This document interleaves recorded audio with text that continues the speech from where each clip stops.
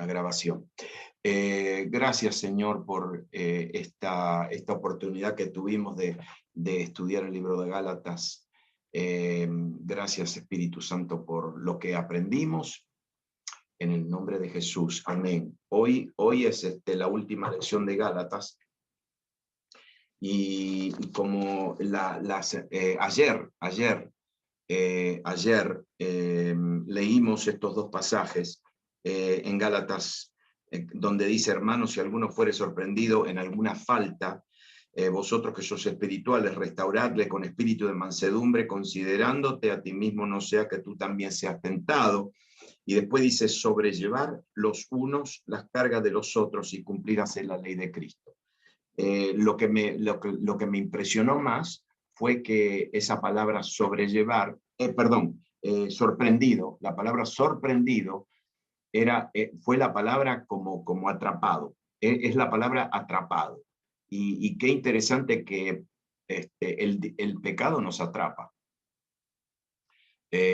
Muchas veces somos muy duros con la gente que falta, que cae en fallas y le apuntamos el dedo y los culpamos, pero no nos olvidemos que el pecado nos sigue. Y el pecado no solamente de afuera, pero el pecado que está en nuestros miembros, la ley que está en nuestros miembros, nos atrapa.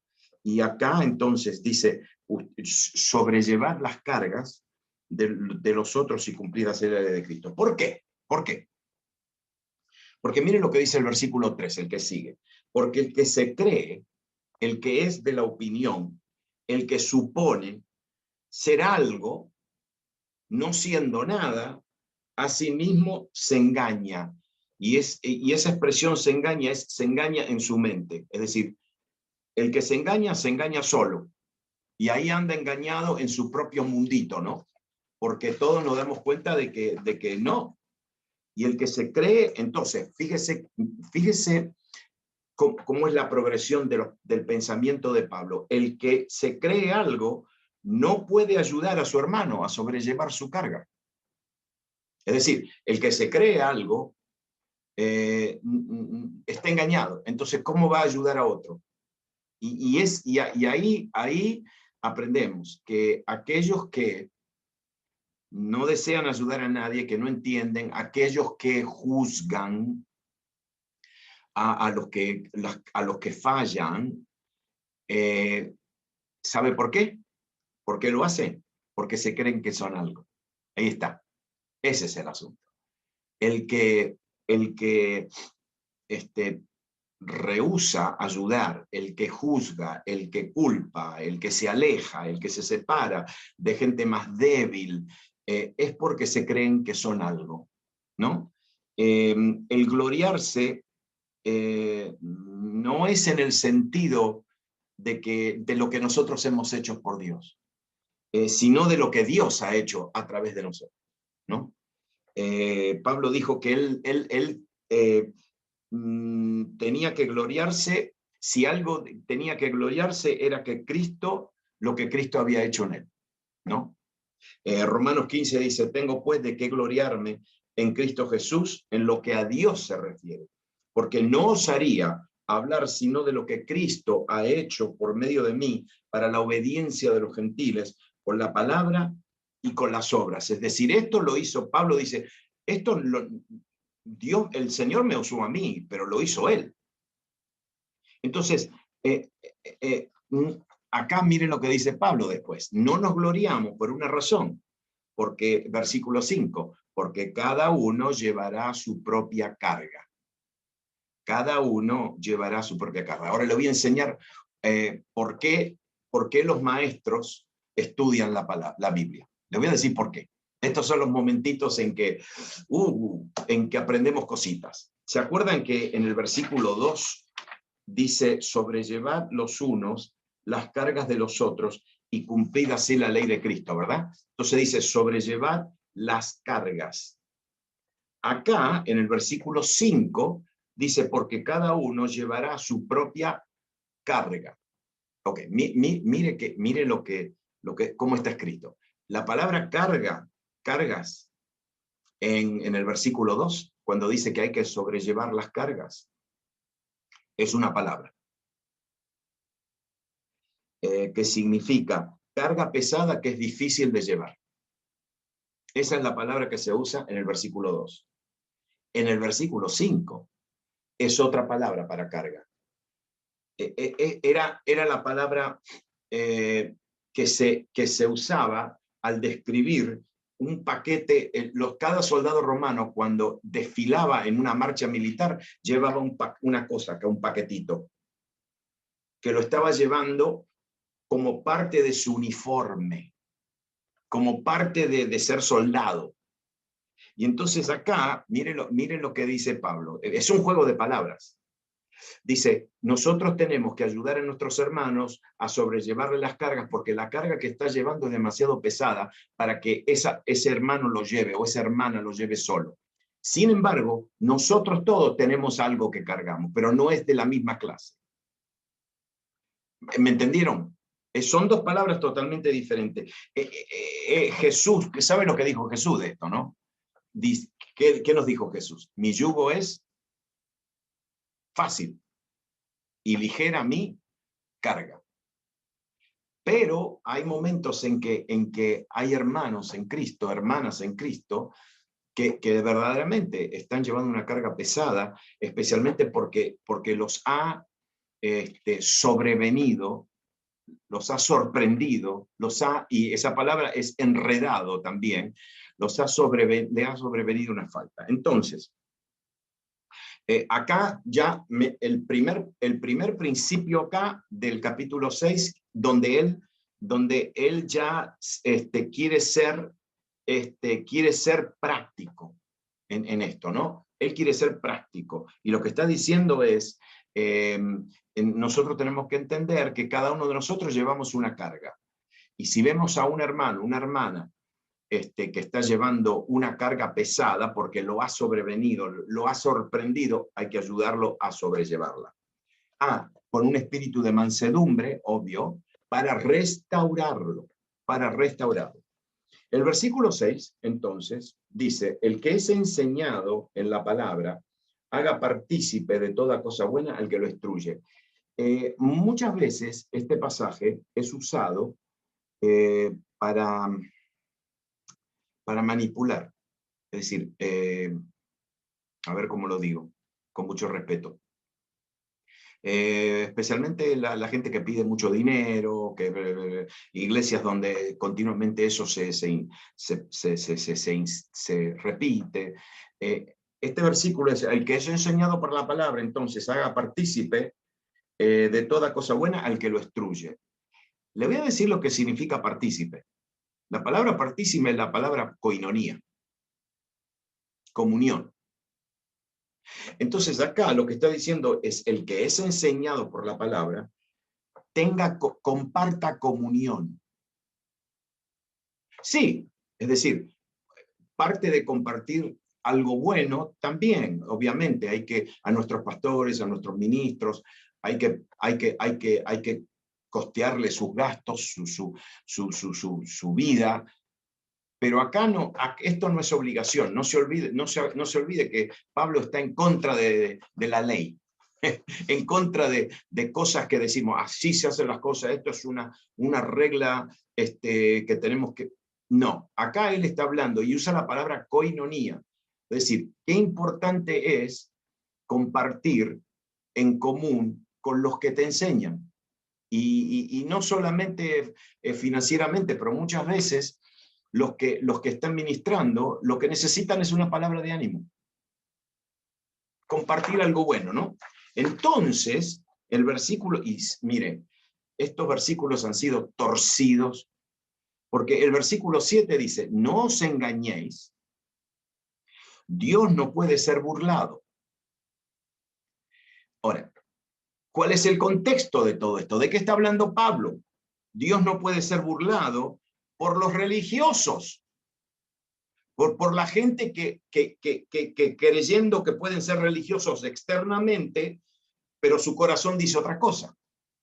Entonces dice, esa gente está, no nos olvidemos, estamos en el libro de Gálatas, y el tema del libro de Gálatas es la fe y la gracia en contra de la ley. Entonces cuando Pablo está diciendo, a Dios no se le puede engañar. Yo no puedo comportarme como un cristiano externamente, pero mi corazón está lejos de Dios, ¿no?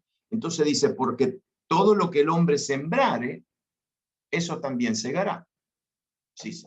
Y ahora él lo va a decir en el versículo 8, porque el que siembra para su carne, de carne segará su corazón, de la carne segará su corrupción, pero el que siembra para el espíritu, del espíritu segará vida eterna. Entonces, fíjese, cuando usted toma todos estos versículos y los combina, entonces se da cuenta de lo que Pablo está diciendo. Pablo está diciendo, Dios no puede ser engañado por la religión y los religiosos. No puede.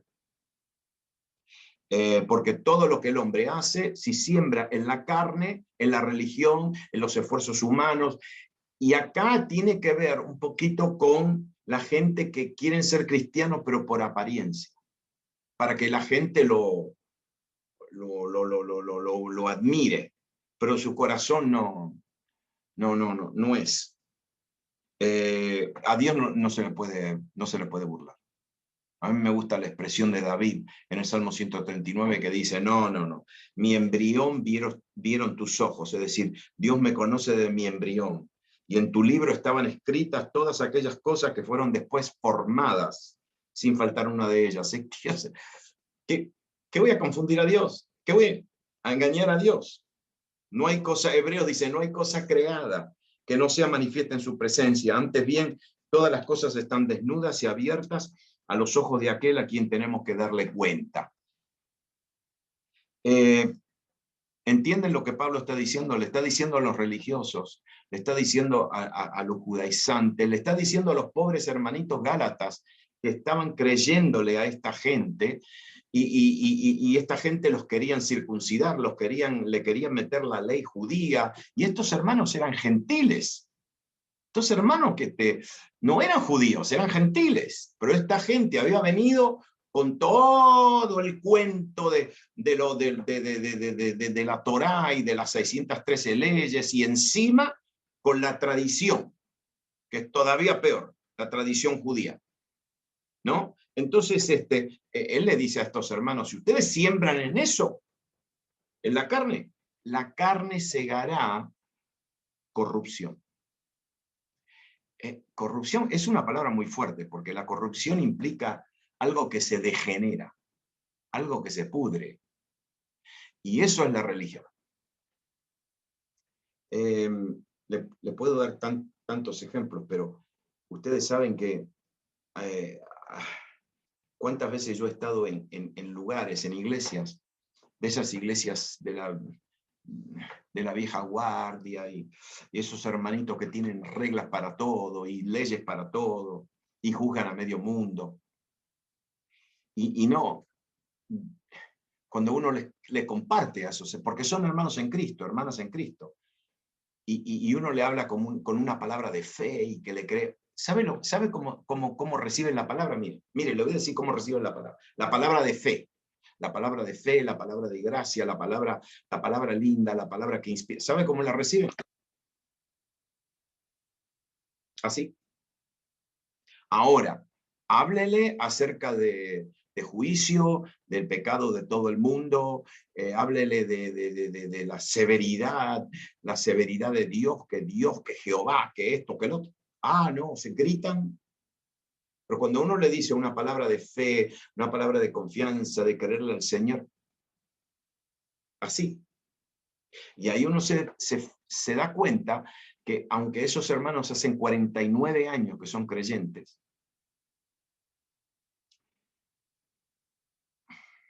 están corruptos. Y es triste eso, es triste. Nosotros no podemos entrar en eso, ¿no? No podemos. En el versículo 9, Pablo dice entonces, no nos cansemos de hacer el bien, porque a su tiempo segaremos si no desmayamos. Así que según tengamos oportunidad, hagamos bien a todos y mayormente a los de la familia de fe. Quiero pararme un segundito acá, porque esta palabra oportunidad es la palabra kairos. Tiempo asignado. ¿Qué significa esto? Miren lo que está diciendo acá. Me está diciendo me está diciendo que que no nos cansemos de hacer el bien, porque a su tiempo segaremos, si no desmayamos. Siempre va a haber un tiempo designado para cosechar. Nunca nos desanimemos. ¿Por qué? Porque Dios tiene el momento justo para cosecha. La cosecha. Para la siega. Y entonces dice, así que, por lo tanto, porque no vamos a desmayar siguiendo, compartiendo, ayudando a la gente a llevar cargas, lo que sea. Dice, así que según tengamos oportunidad, oportunidad significa también tiempo designado.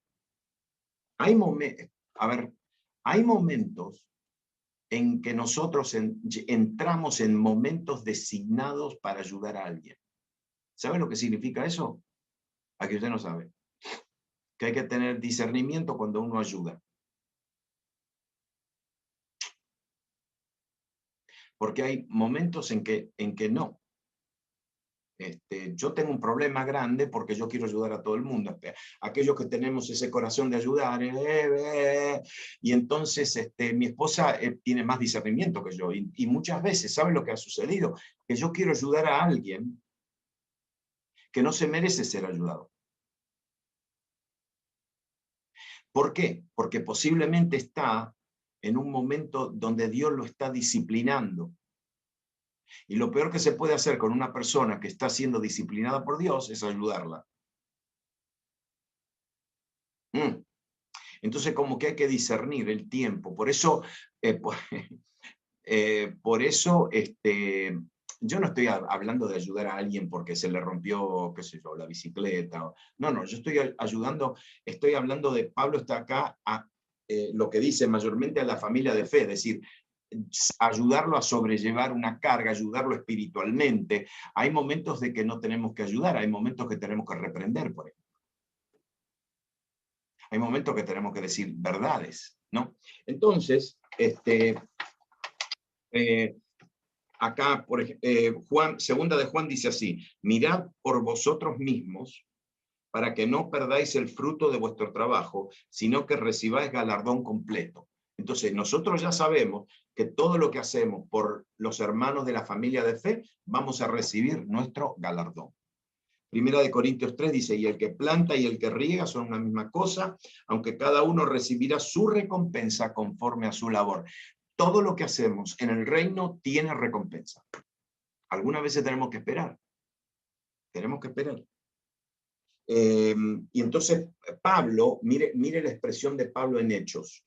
Dice, pero de ninguna cosa hago caso, ni estimo preciosa mi vida para mí mismo, con tal que acabe mi carrera con gozo y el ministerio que recibí del Señor Jesús para dar testimonio del Evangelio de la gracia de Dios.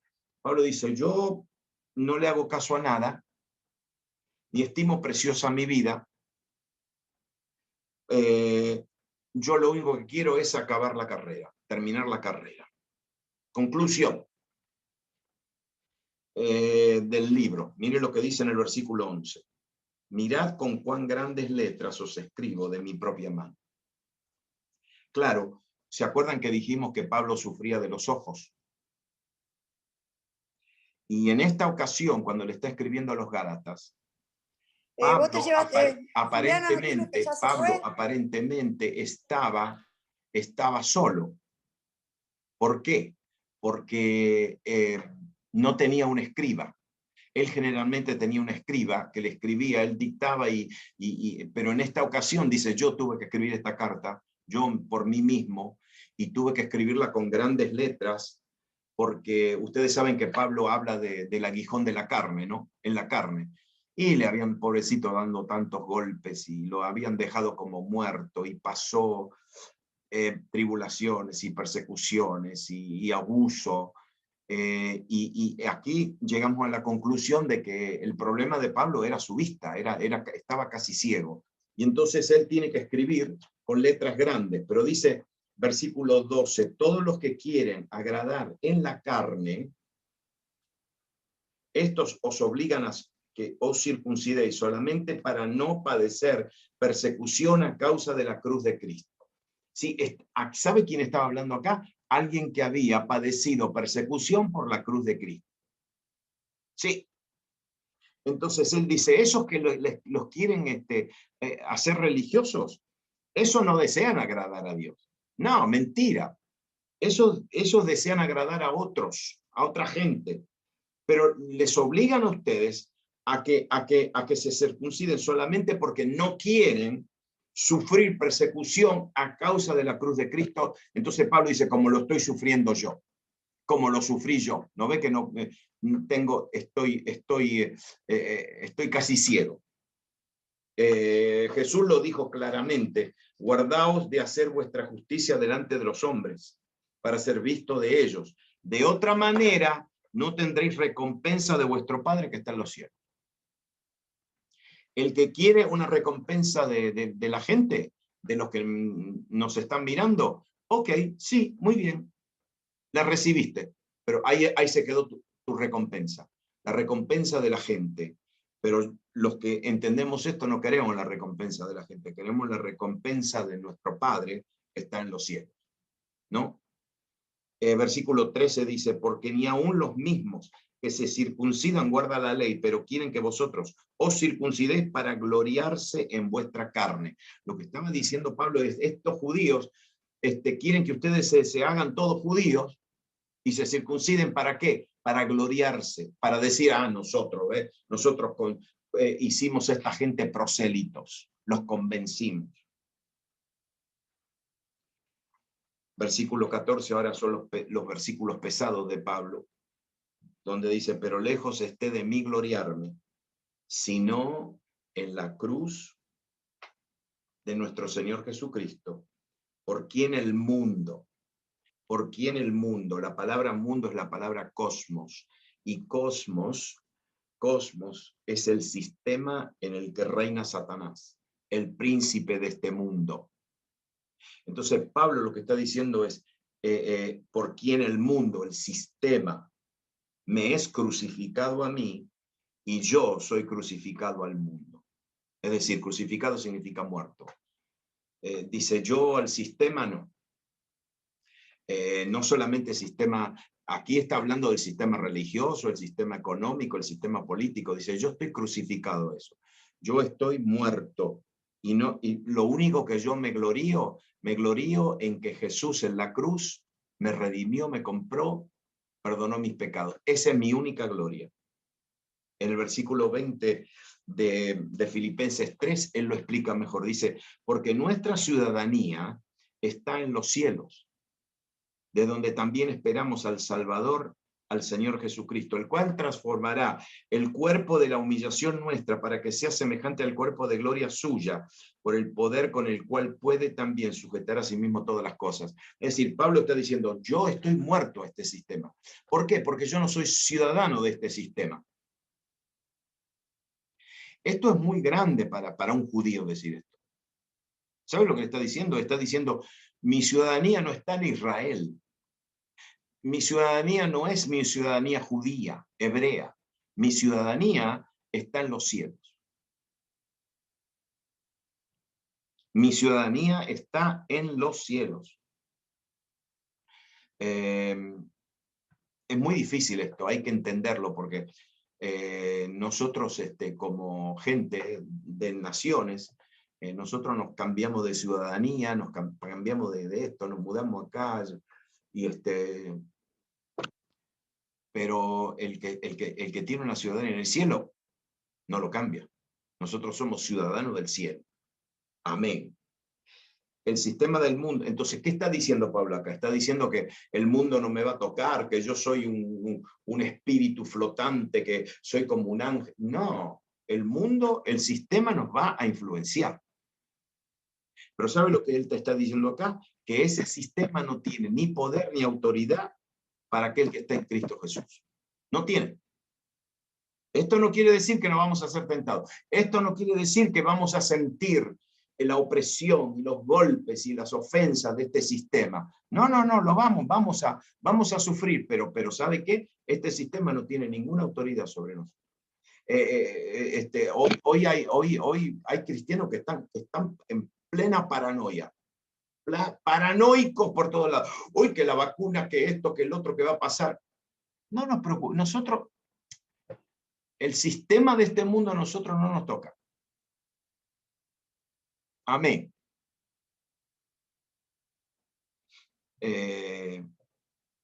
¿Qué cosa? A mí me mandan videos y esto, cosas, y que la vacuna, y que el chip. Créame. Primeramente la marca de la bestia, ya se lo dije, la marca de la bestia no va a ser un chip. Porque el chip se puede sacar. Y se puede reprogramar. En la marca de la bestia va a ser algo mucho más sofisticado, mucho más grande. Y aparte que el que le tiene miedo a la marca de la bestia, entonces no está seguro de su salvación. Piénselo. El que dice, no, yo no, porque la marca de la bestia, entonces no estás seguro de tu salvación. Yo estoy muerto a este sistema, y este sistema está muerto a mí. A mí no me va a tocar y a ustedes tampoco. Amén. Primera de Juan 5, Juan en sus cartas es tan simple, pero es tan certero, porque todo lo que es nacido de Dios, todo significa teodeo, todo. Todo lo que es nacido de Dios vence al mundo. Y esta es la victoria que ha vencido al mundo, nuestra fe. Nuestra fe. Por favor, si alguien le viene con el cuento del chip, alguien le viene con la marca del anticristo, por favor, órele y dígale que se deje de chiquilinadas y dígale que no mire más esos videos estúpidos. Por favor. ¿Por qué? Porque en Cristo ni la circuncisión vale nada, ni la circuncisión. Nada vale, sino, y mire lo que dice, sino una nueva creación. Ya está. Eso es lo que vale en Cristo. Que nacimos de nuevo por el Espíritu. Que yo me esfuerce por acá, que haga esto, como que en Cristo Jesús nada de esos esfuerzos valen. Lo único que vale es una nueva creación, que somos nacidos de nuevo, hemos nacido de nuevo. La vida antigua no se puede arreglar. Hay que nacer de nuevo. El cristianismo, la fe en Cristo, no es ser mejores personas, no es arreglar nuestra manera de ser, nuestra conducta, nuestra familia. No. Eso, la carne, escúchame bien, la carne no tiene nada bueno para agradar y servir a Dios. Si yo sirvo en la carne, son como trapos de inmundicia. Y no arreglar tampoco al mundo. Sí, esa es otra, que los cristianos quieren arreglar al mundo. Este mundo no tiene arreglo. Este mundo no tiene arreglo. Queremos hacer esto y queremos hacer lo otro. No tiene arreglo este mundo. La única razón por que nosotros estamos en este mundo no es para arreglarlo. La única razón es que nosotros somos testimonio vivo de la presencia del poder y del mensaje de Jesucristo. Esa es la única razón. Aquí nosotros no estamos para arreglar nada. ¿Queremos arreglar? Eso en la historia se ha probado no sé cuántas veces. Y nunca ha funcionado. Nunca. Yo personalmente vi con mis propios ojos y pasé por la experiencia de ver a un presidente, el presidente de Guatemala, el general Francisco Ríos Montt, un hombre lleno de Dios, un hombre creyente, lleno del Espíritu Santo, un profeta. Él no lo eligieron, era general y lo pusieron como presidente porque era el único honesto que había. Pero ¿saben qué? Cuando él subió, bueno, todos nosotros dijimos, bueno, ahora este hombre va a arreglar a Guatemala. No, ¿qué va a arreglar? ¿Saben lo que le hicieron? Le hicieron 40.000 trampas. Le levantaron calumnias, mentiras, y él se tuvo que ir. Se tuvo que ir porque estos sistemas no tienen arreglo. Nosotros no vamos a arreglar nada. Nosotros lo que vamos a hacer es fieles testimonios, evidencias del poder de Jesús del mensaje de Jesús, de la cruz de Cristo, de la salvación, de la regeneración, de la transformación. Para eso estamos acá, no para arreglar nada. Amén. Y entonces acá en el versículo 16 dice así: y a todos los que anden conforme a esta regla, paz y misericordia sea a ellos y al Israel de Dios. Lo que Pablo está diciendo es, a todos estos que anden conforme a esta regla, paz y misericordia, y también al Israel de Dios. ¿Sabe lo que estaba haciendo? Estaba diciendo, hermanos, a todos los que siguen esta regla de fe, y también a los hermanos judíos que están dentro de la congregación. De aquí en adelante nadie me cause molestias, porque yo traigo en mi, ahí está, yo traigo en mi cuerpo las marcas del Señor Jesús. Esa palabra marca es la palabra estigma. Estigma, como una persona que está estigmatizada. ¿Qué significa que alguien está estigmatizado? Que tiene una marca, que tiene un trauma y se quedó... No, el estigma, ¿sabe lo que era? El estigma era la marca que se le ponía a un animal o a un esclavo. Y Pablo dice, yo llevo en mi cuerpo las marcas. ¿De quién? Del Señor Jesús. Espérese. Él en el cuerpo tenía el cuerpo todo roto. Pablo, pobrecito, huesos rotos, ojos, de todo. Pobrecito, lo habían... Bueno. Y él entonces, ¿sabe lo que dice? Todas estas marcas no son heridas. No son heridas. Estas marcas no son señales de sufrimiento. Son marcas del Señor Jesús. Qué lindo cuando una persona entiende esto, cuando entendemos todos, de que cosas que hemos atravesado en la vida, sufrimientos, que esas son marcas, y no son marcas de dolor, no son memorias, son marcas del Señor Jesús. Y Él lo dice, no me molesten, porque yo traigo en mi cuerpo, y como que se sentía muy bien, ¿no? Por eso no le tenía temor. Qué diferencia, ¿no? A uno a creyente que siempre se andan quejando. No se quejaba de nada. Dice, no, las marcas que yo tengo, esas son señales y las llevo con orgullo de que yo sufrí por Cristo Jesús. Hermanos, la gracia de nuestro Señor Jesucristo sea con vuestro espíritu. Amén. Saben que estudiando el libro de la introducción de Colosenses, como que me sorprendí. Me sorprendí porque Pablo le escribe a Corintios y le escribe a Filipenses, a lugares donde él había estado, los conocía bien, pero Colosenses él nunca había estado en Colosas. Y no solamente eso, pero era un grupo pequeño de gente, era una casa culto, una célula, eso es lo que era, una célula. Y él se entera de que estos hermanos estaban pasando por una crisis de fe y le escribe una carta. Y no le escribe cualquier cosa, le escribe la carta a los colosenses. Muy poderoso, muy profundo. Y me puse a pensar, ¿por qué le puso tanto interés escribirle a un grupito de 20 personas? ¿Por qué? Ajá, porque el Espíritu Santo no le estaba escribiendo una carta a los colosenses. Le estaba escribiendo una carta a todos nosotros.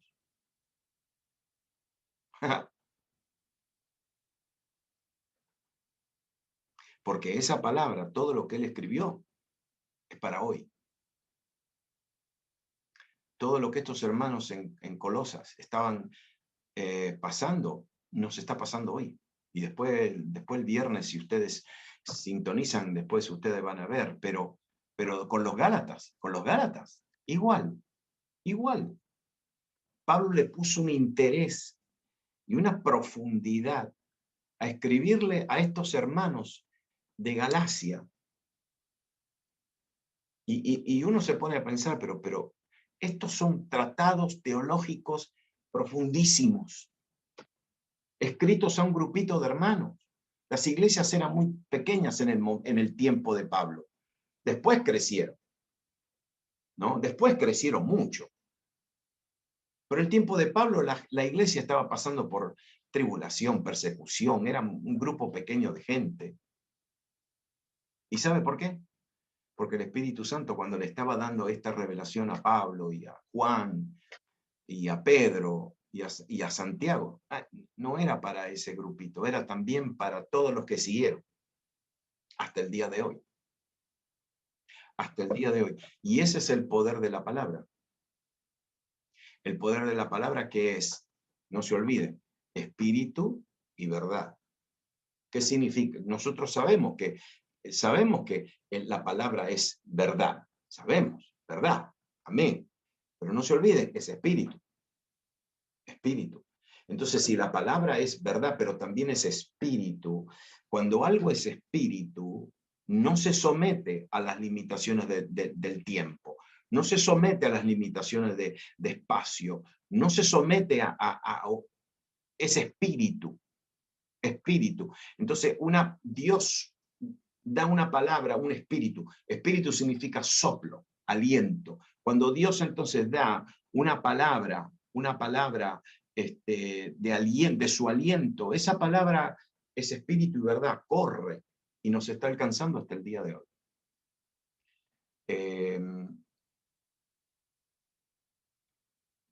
Es muy difícil explicarlo esto, pero la palabra de Dios, esta misma palabra le ministró a mis abuelos y a mis padres y a mí, y le sigue ministrando, le ministra a mis hijos, y va a seguir hasta que Cristo vuelva.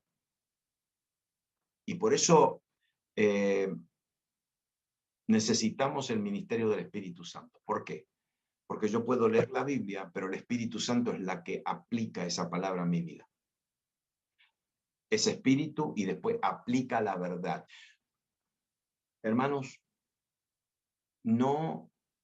cuidado con los esfuerzos humanos, creyendo que con nuestros esfuerzos podemos agradar a Dios, podemos buscar la aprobación de otros.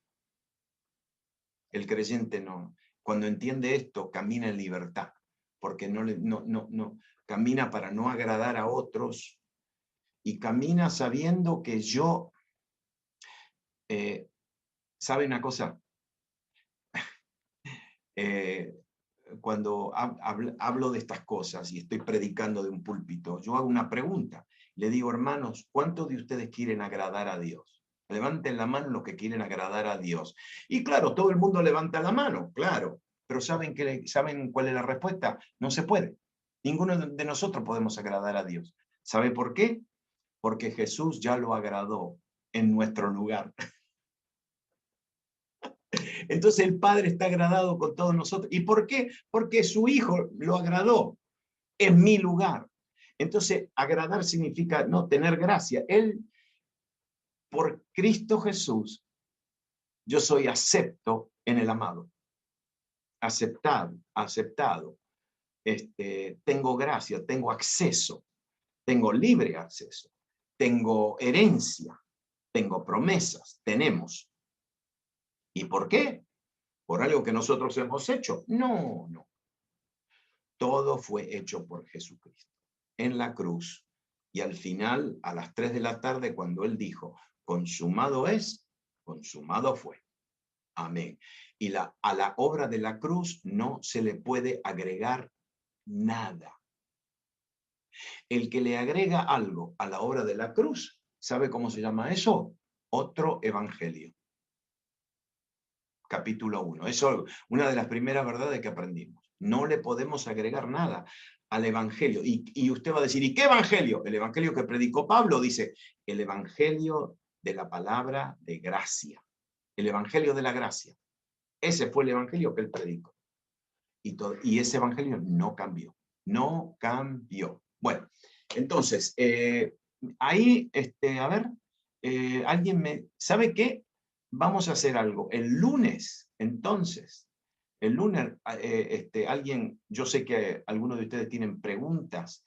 El lunes, entonces, por favor, envíenme las preguntas al correo davidgreco@msn.com, davidgreco@msn.com, y me las envían y una por una las respondemos, si tengo respuesta. Y si no, ya apenas terminamos con preguntas y respuestas. Yo quiero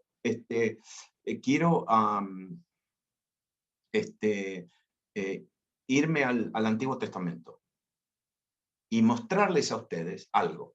Y quiero irme al libro de Josué. Perdón, al libro de los jueces. Al libro de los jueces. ¿Sabe por qué? Porque quiero mostrarles cómo en el libro de los jueces está toda la revelación del nuevo pacto. Cada uno hacía lo que se le daba la gana. No, es así, eso al final. Porque no había rey en Israel. Pero cuando hay rey, cuando hay reino, entonces hacemos lo que dice el rey. Amén. Ese es el mensaje uno de los mensajes de jueces. ¿Está bien? Muy bien. Yo me voy corriendo porque tengo que preparar para la clase de esta noche, y todos nosotros nos vemos el lunes a la misma hora. ¿Está bien? Sí, pastor. El viernes y el lunes. Perdón, el viernes y el lunes. Perdón, disculpe. El viernes y el lunes, ahí estamos. El viernes, los predadores. ¿El viernes a qué hora? Como vos decís, pero te el amamos, viernes pastor, es más tarde.